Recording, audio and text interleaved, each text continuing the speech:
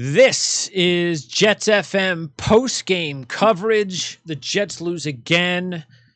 And for the second straight week, the Jets actually, this one better than the San Francisco game, where not only did they have plays left out in the field, but instead of me having to pick, well, this guy did this, or if that guy just had done this, and he didn't do that right, and he didn't do that, and he didn't do that, and if they get those 5 things corrected, this was all about Sam Darnold. It's all it was about. And that's a big worry, no question.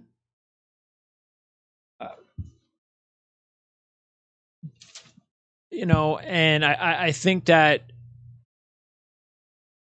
I'll say this. Look, I haven't heard the press conference afterwards, and I know what Sam's going to say. He's going to sit there and he's going to go, well, I got to be better at this, and I got to be better at that, and I just got to be better.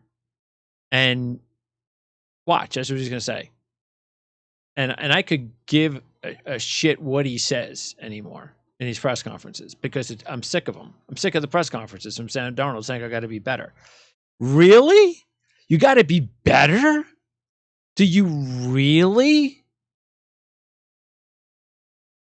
I mean, there's a lot to like about Sam Darnold, but that's the thing that I just get frustrated more than anything.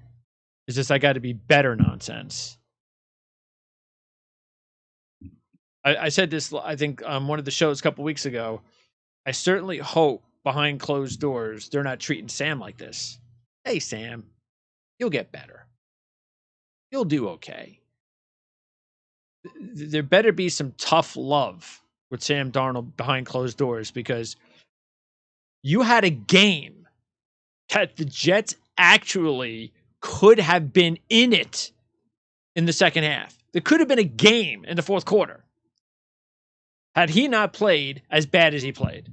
And the crazy thing is he makes this tremendous play, this Brett Favre-like play, score a touchdown. And you're going early, even though he gives up the touchdown, you're going, hey, you know what? It's not all bad. Look, it's 17-7. The ball's inside the 10-yard line. We got something going here. Things actually aren't all that bad. And then he throws the pick in the end zone. And you knew it was over at that point.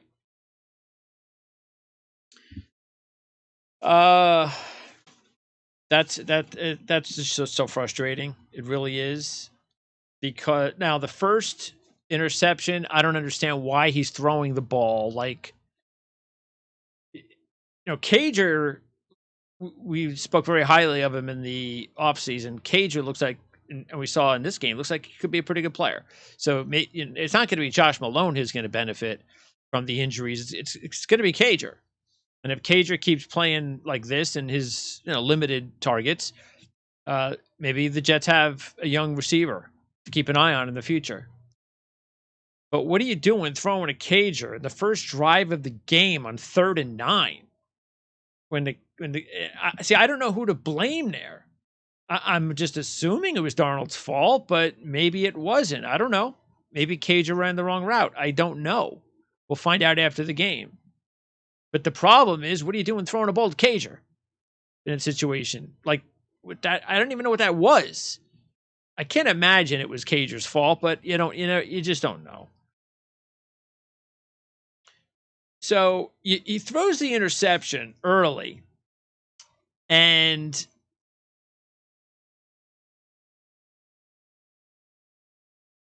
then we have the huge.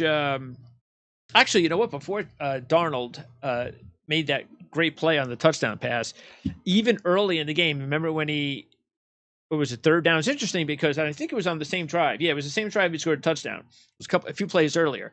Remember when he was rolling and it was 3rd and 5, and he sees the marker and he's going for it.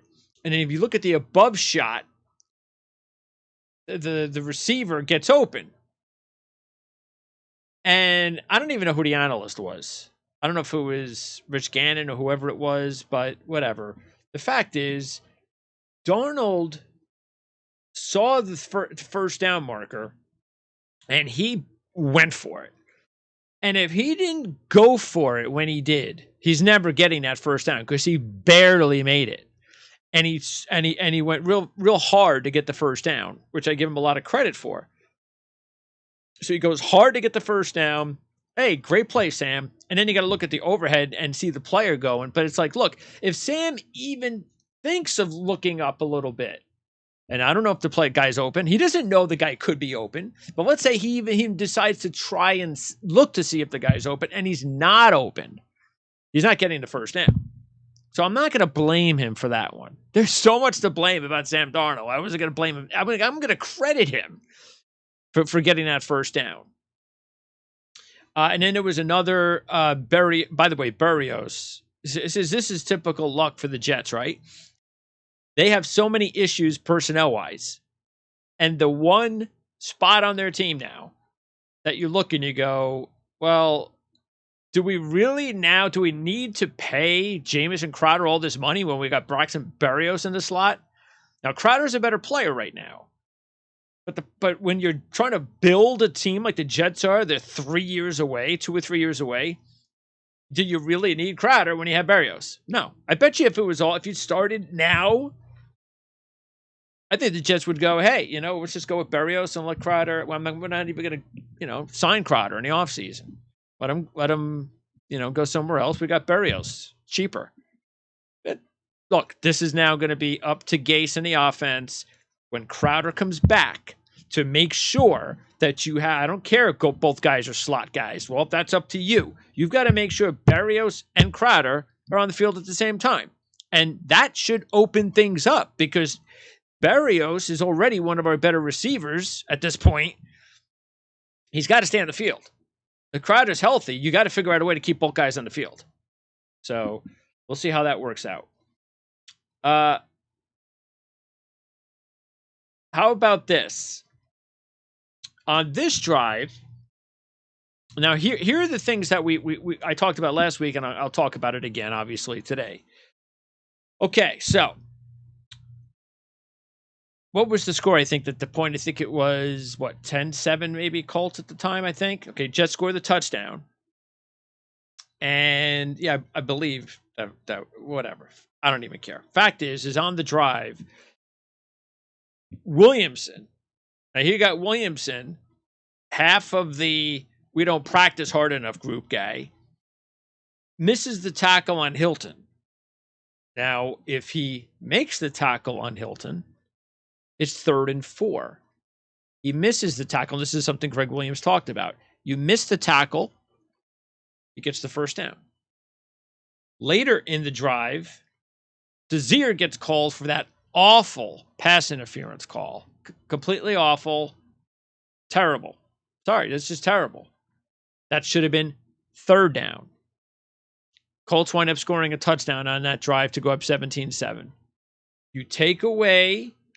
See, this is what I talk about when you're in this rebuild, when you have players on the field that are not going to be there, when you're waiting for CJ Mosley to play next year, when you know you're going to have even more rookie talent next year. Douglas is going to bring in more players next year. The fact is these are the types of plays that as you get better with better talent, you are looking ahead and saying, well, the guys we're going to have on this field are going to make these types of plays, so these drives don't continue. And these are the little plays that have to be made. So, it's just interesting that you have it's a little thing. Those little things. Can't make the tackle to make it 3rd and 4. You get robbed on pass interference on the drive. 7 points.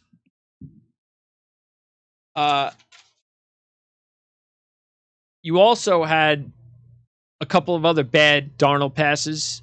Remember, he missed Hogan for about good 20 yards. I don't even know where that pass was. Again, he had some erratic throws.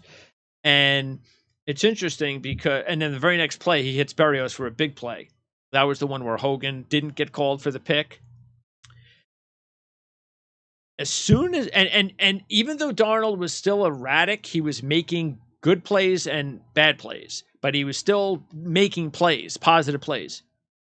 As soon as he threw the interception, if you noticed, it's like that deer in the headlights. My confidence is shot look, because he was awful after that. He did nothing after that. Matter of fact, did you see at the end of the first half when it was like 3rd and 9 and there's no pressure around him. He throws the ball to double coverage to Hogan on 3rd and 9, just 20 yards over his head. It's like, where are you throwing the ball? Why are you just doing that? It's not like you were about to get sacked and I got to throw the ball away. You went back to pass. The guys picked up, gave you the time to throw, and you just decided, I'm just going to, he's double covered and I'm just throwing this ball away. Let's just move on to the next series because it was 3rd down. That was that. My confidence is shot. This is what happens to these young quarterbacks, which is so discouraging because you're already now in the league a couple of years. You shouldn't be acting this way. All right, you threw a bad play. You did a bad play here. I know you've got 2 interceptions. I get it. Get over it. Move on. This is still a game. No, he's just going to throw balls away and things like that. Did you also notice that as soon as our star rookie goes out, big surprise, huh? As soon as our star rookie goes out, Becton, McDermott comes in. Yeah, great job. That's, Douglas, you're an offensive line guy. You can't find someone better than this dude because maybe you think he's okay because he's got some pro experience. After that performance, can you please get somebody else? Because there is no way that guy can be starting if Becton isn't available on Thursday. So McDermott comes in, holding penalty. He gives up a safety in the second half. These are the things that happen when you don't have proper personnel. And when you do have personnel that's good, like Becton, and they get hurt, and this McDermott guy comes in, this is what happens. See, it's so infuriating for me to deal with Jet fans who just want to, it's the easy way out. It's Gase's fault. He stinks.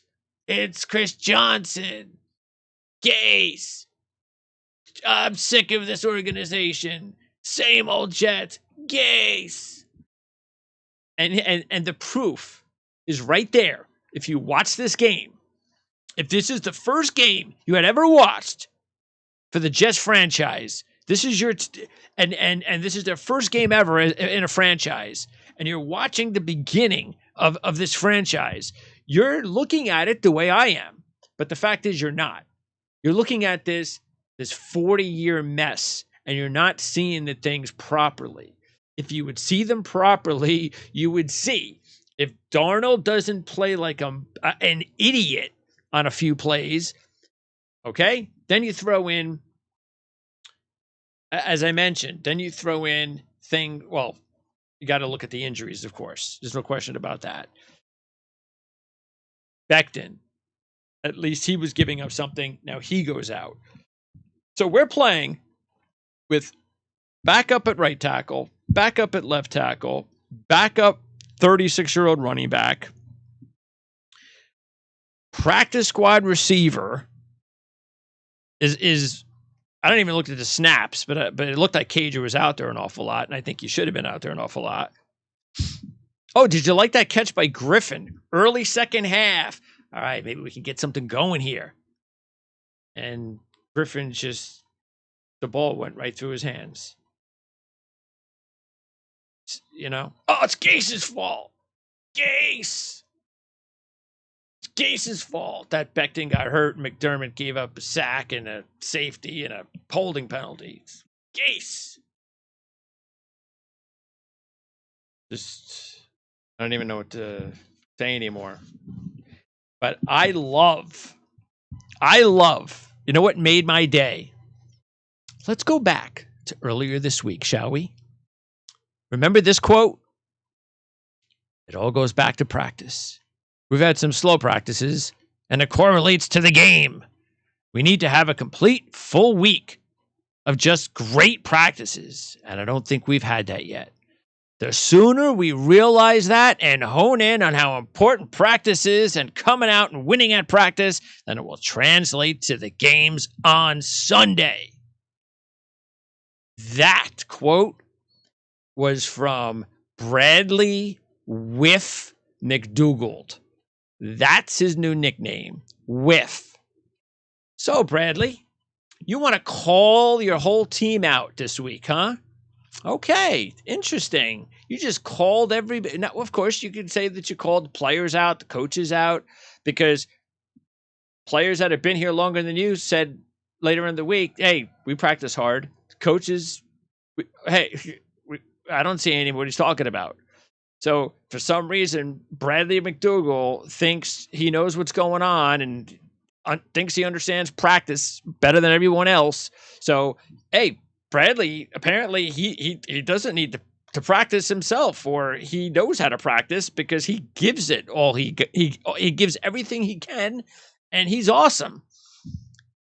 And he completely whiffs on fourth down.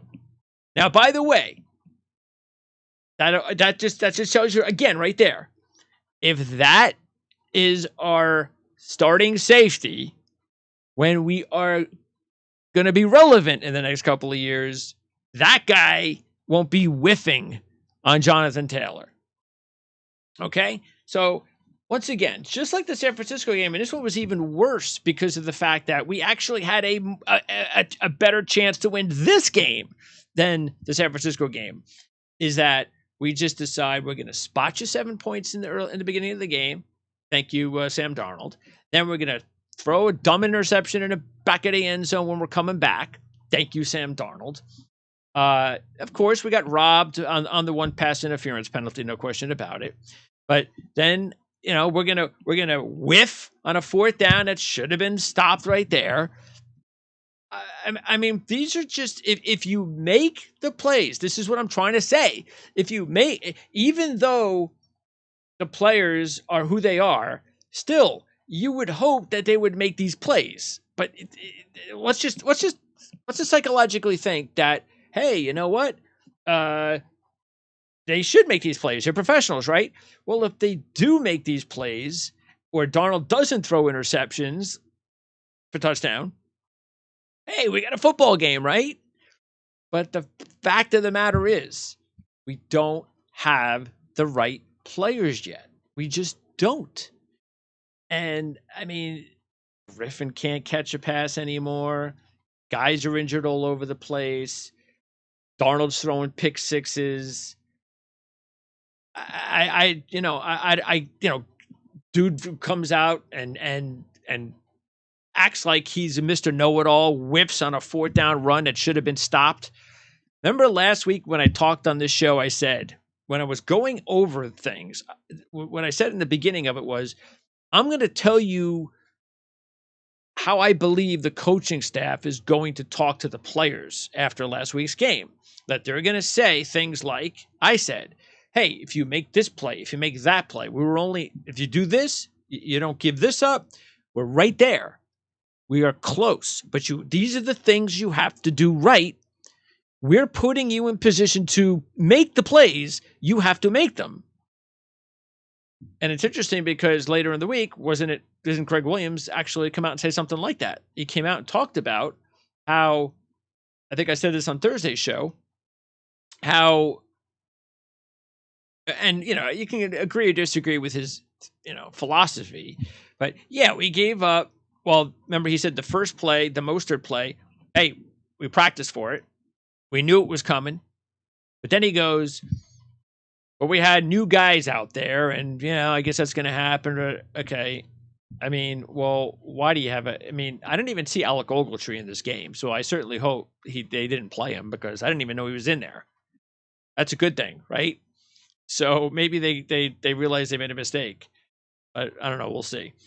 Uh, but that was his okay, but hey, he did. Hey, we practiced it. Boom. Then we gave up one other big play. We didn't do this right. Whatever. But if you look at all the other plays, 98% of the other plays, we held them to 1.7 yards, on the ground rushing, whatever it was. That's what basically I said last week. And that's the same thing they're going to do this week. What do you think they're going to do? They're going to go in and be like Jet fans and feel sorry for themselves. They're going to go in and they're going to say, look, they're going to look at the film. They're going to look at Ryan Griffin can't catch passes. They're going to look at McDougal whiffing on a fourth down that should have been stopped. They're going to look at Sam Darnold throwing 2 pick sixes and an interception in the end zone. But that's what they're going to do because that's all they can do. See, it would be really bad. See, most Jet fans believe that this is rock bottom. But you know what rock bottom would really be like? It would be if everybody was healthy. If C.J. Mosley was on the field. If Crowder was on the field. If Mims was on the field. Perryman was on the field. If Becton was on the field. If everybody, 95% of you guys were healthy and we were losing like this, that would be rock bottom. But that's not the case. And that's why I can sit here and be frustrated, which I am. You don't think I'm frustrated? I can't like I said before, I can't even watch this. It hurts so bad. And that's actually what I meant when I say that if I didn't have my own shows, I would watch something else. Not because I'm the type of fan that feels that I have to go through everything. Oh, I'm going to sit through good and bad. And when I sit through good and bad, that makes me a loyal fan. No. That's like I get a kick out of religious people who, hey, they go to church every week. They have their own congregation and boy, they're going to go to heaven before all of us because that's how much they preach God and so forth and so on. And then you see things like then you see how the people in the congregation are like sleeping with the other person's wife and husband. But how do you I thought you were religious but that's what it is. People, that's the same thing. There's certain ways that people feel that if I do this, then all this other bad stuff that's okay. I don't know. It doesn't really count, but as a fan,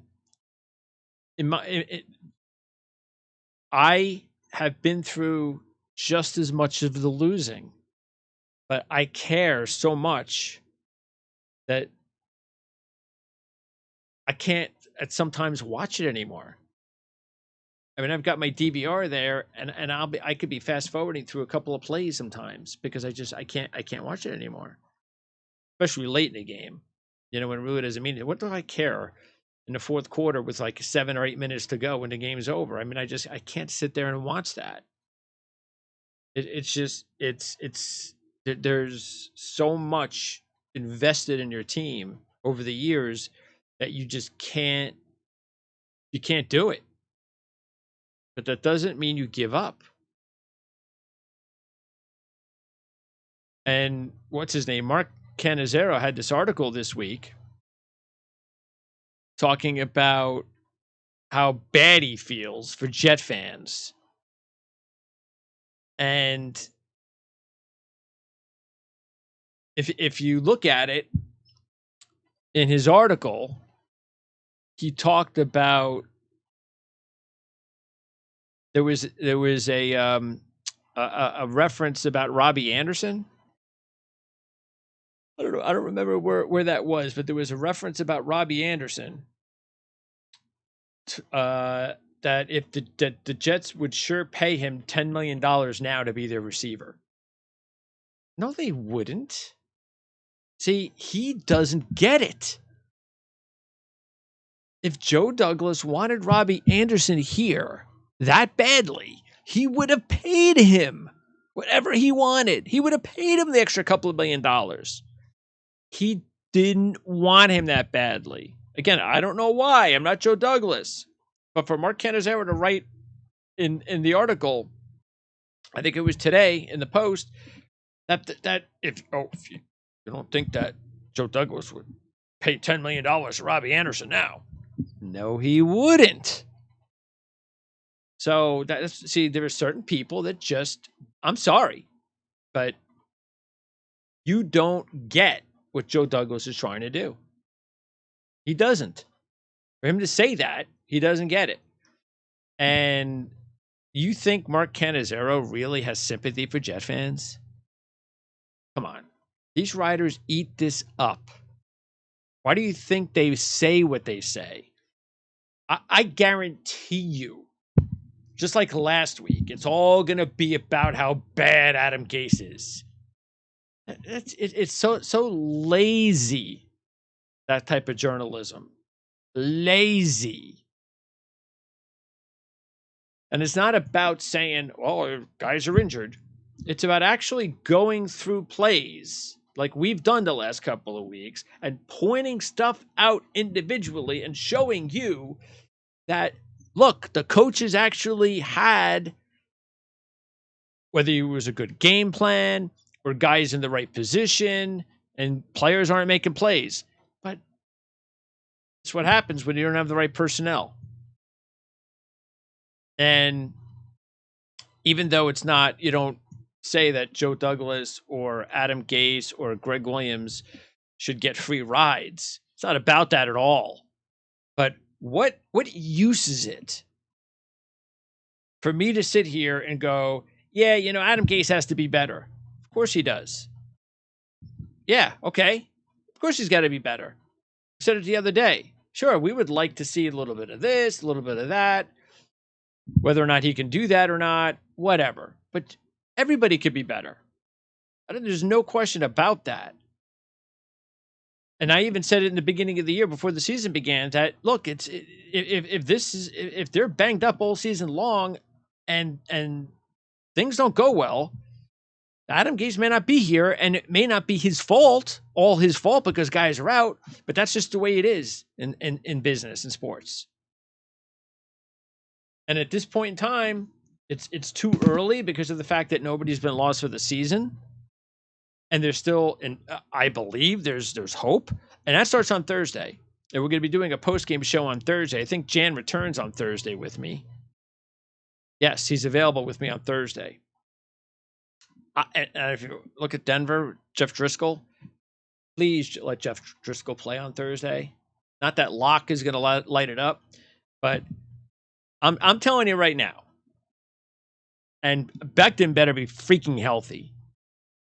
If the Jets line up with Becton and just about everybody else they lined up today, they're going to beat Denver. And if they don't beat Denver, yeah, I'm going to be really upset. Because losing to San Francisco, Buffalo, and Indianapolis, 3 playoff teams in a row, is nothing to feel bad about. You're not supposed to win those games. Those are games you're supposed to lose. But you better not lose to Jeff Driscoll in Denver on Thursday night away from Mile High Stadium and the, whatever. The conditions of, and who knows, what kind of conditions there would even be weather-wise, let alone the air. No excuse there. This one being at home. If they don't beat Denver, and as long as Sam Darnold doesn't throw 4 interceptions in the game, then yeah, then we've got some problems to talk about on Thursday. There ain't no question about that. But I don't think they will. I don't think they're going to lose to Denver because I don't think they're as bad as Denver. Now, because Sam Darnold also usually will come back and play well after he plays poorly. I mean, I would expect that he'll play a lot better than what we just saw out there. It's tough, Jeff, guys. I mean, I completely understand it. I really do. But look, there are positives, and I'm not just talking overall. The fact is, you take a look at what you're trying to rebuild here, and Balaj, it looks like a keeper. You can understand why the Jets were willing to give up a draft pick when they were thinking about doing it, even though it was a seventh rounder. Balaj had his most success under Gase. I think he carried the ball for like a 5.4 average. I don't know. There weren't a lot of touches, but there were enough. And he also did a good job receiving. He was a special athlete in college at Arizona State. So he's got game. He's a nice player to have on your team. And Gase, it fits really well with Gase and what he's trying to do. So I think that with P. Ryan and Balaj, that's okay. Maybe they've got a couple of young running backs that you can work with moving forward. Obviously, Becton, he's awesome. That's a huge and again, once again, the offensive line when Becton's in there, and they're only going to get better. Doge even played in this game, and I don't think that he did all that bad. So in general, I think the offensive line after 3 games is a lot better than it was last year. Looks like maybe we have something here in this Cager kid, so that's a positive. We'll hope to get these other. We'll hope to get Perryman back so we could really see what we have there. Berrios has played really well. That's a positive. There's not a lot of positives on defense. I mean, the defensive line, because Greg Williams wants to keep playing his linebackers and his line equally. So I don't really see that the defensive we're not seeing guys besides Quinnen Williams, who by the way is a major +2. I mean, he's the one guy on defense, and Marcus May. So you say, okay, Quinnen Williams is now looking more like the player we thought we were going to get. You have Marcus May looking good. You'll get C.J. Mosley back next year. There are positives. It's hard to rationalize them. I get it. But once again, it's all about Sam Darnold. And as of right now, whether or not you want to blame Darnold or not, because as soon as Becton goes out in the second half, he can't do anything. Whatever. He hasn't been able to practice for months in the entire offseason, like a normal offseason with all his receivers because they were banged up every couple of days. I don't know. I mean, sure, there might be some things I get that. I do. But that's why we just hope that we'll get these players back and that by the end of the season, especially Becton, the receivers, that everybody could start playing together for 6, 8, 9 games. And if we can see that, then hopefully we will see the progress we want to see. And we have to see. Absolutely have to see. And that means, but first, we got to get the guys back. And, we just pray Becton's okay. Because if anything happens to Becton, that would be a disaster. And if you think Adam Gase is in trouble now, if he were to lose Becton, because this team would be in serious, serious trouble. That kid went down. All right, so Thursday night, we're going to be back to talk about Denver. And yes, I do believe, again, as long as Becton plays, I do believe they're going to beat Denver. If Jeff Driscoll's the starting quarterback for Denver and Becton plays, we're going to talk about a Jets win on Thursday night. Because if we don't, then there's going to be something really, really wrong with Sam Darnold. That's for sure. Got to get him right. Remember Suck for Sam? I remember that year when the fans were saying Suck for Sam. And because I say that all the time. It's the same thing when people are talking about like Trevor Lawrence. Now, Trevor Lawrence is probably different. But still, fans that say that, it's like, you don't know. You don't know. Now, Lawrence is probably one of those Joe Burrow type guys, Andrew Luck, Peyton Manning. Yeah. I mean, if you get that guy, that's different. But I just, I can't see unless, look, at Becton, something would happen to Becton.